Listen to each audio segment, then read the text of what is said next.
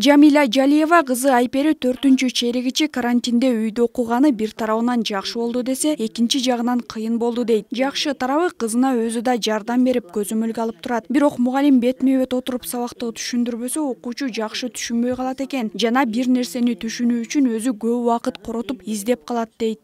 Түзмө-түз байланыштын жетишсиздигинен плюс интернеттин начарлыгынан кандайдыр бир деңгээлде толук кандуу сабак ала албай калган учуру болгондур.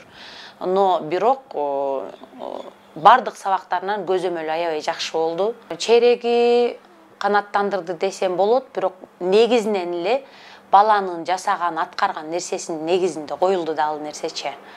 Эми башка балдарга жооп бере албайм, бирок менин кызым болгон аракетин жумшады, ошого жараша баа алды. Ошон үчүн канаттандырды.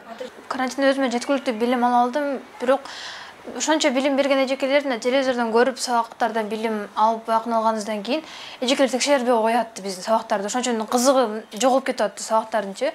Мындай текшерилбесе эч ким керек болсо жазбай деле коесуң, мындай деле кылбай коесуң. Ошон үчүн ошол жакта минустары бар болду. Апам айтып кеткендей, телефондон кыйналдык. Мен укаларымдан сурап, анан алар одан сурап, булар будан сурап. Бирок мына тири сабактарды бергенде дагы мындай сабактарын кылган, заданияларын кылган успеть этпедик да, неден тез кетип калды, биз окуганан көрбөй калаттык беркиде. Быйылкы окуу жылы жылдагыдан айырмаланып, аралыктан окуу менен жыйынтыкталды. Онлайн сабак канчалык натыйжалуу болгону окуучулардын алтын тамга аттестаты менен бааласа болот. Быйыл облус боюнча артыкчылык аттестатына талапкер болгон 210 окуучунун ичинен 14-ü аталган аттестатка ээ болушту. Алардын көпчүлүгү Ноокат районунда, бирок республика боюнча караганда Ош облусу артта. Ал эми Ош билим берүү институтунун жетекчисинин берген маалыматы боюнча бул көрсөткүч жылдагыга салыштырмалуу жогору. Былтыркы окуу жылында 6 окуучу аталган аттестатты алган. Талапкерлерди билим берүү жана илим министрлигинин алдындагы улуттук тестирлөө борборунун жардамы менен аймактарда жерлерде өткөрүлдү.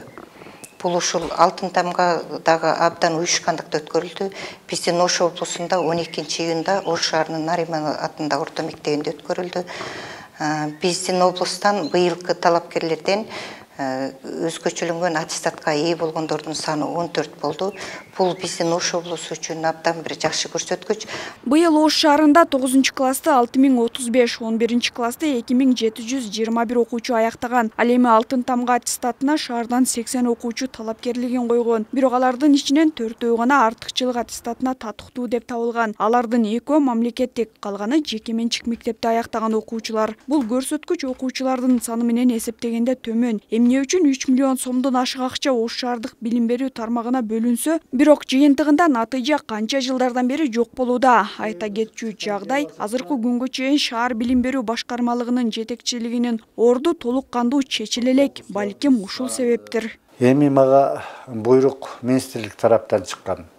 Министрлик тарабынан чыкканда бардык финансылык жана чарбалык иштерди уюштуруу жана кол коюу, мөр басуу укугу менен деп берилген. Ошон үчүн азырынча менин кызматымда чектөө жок.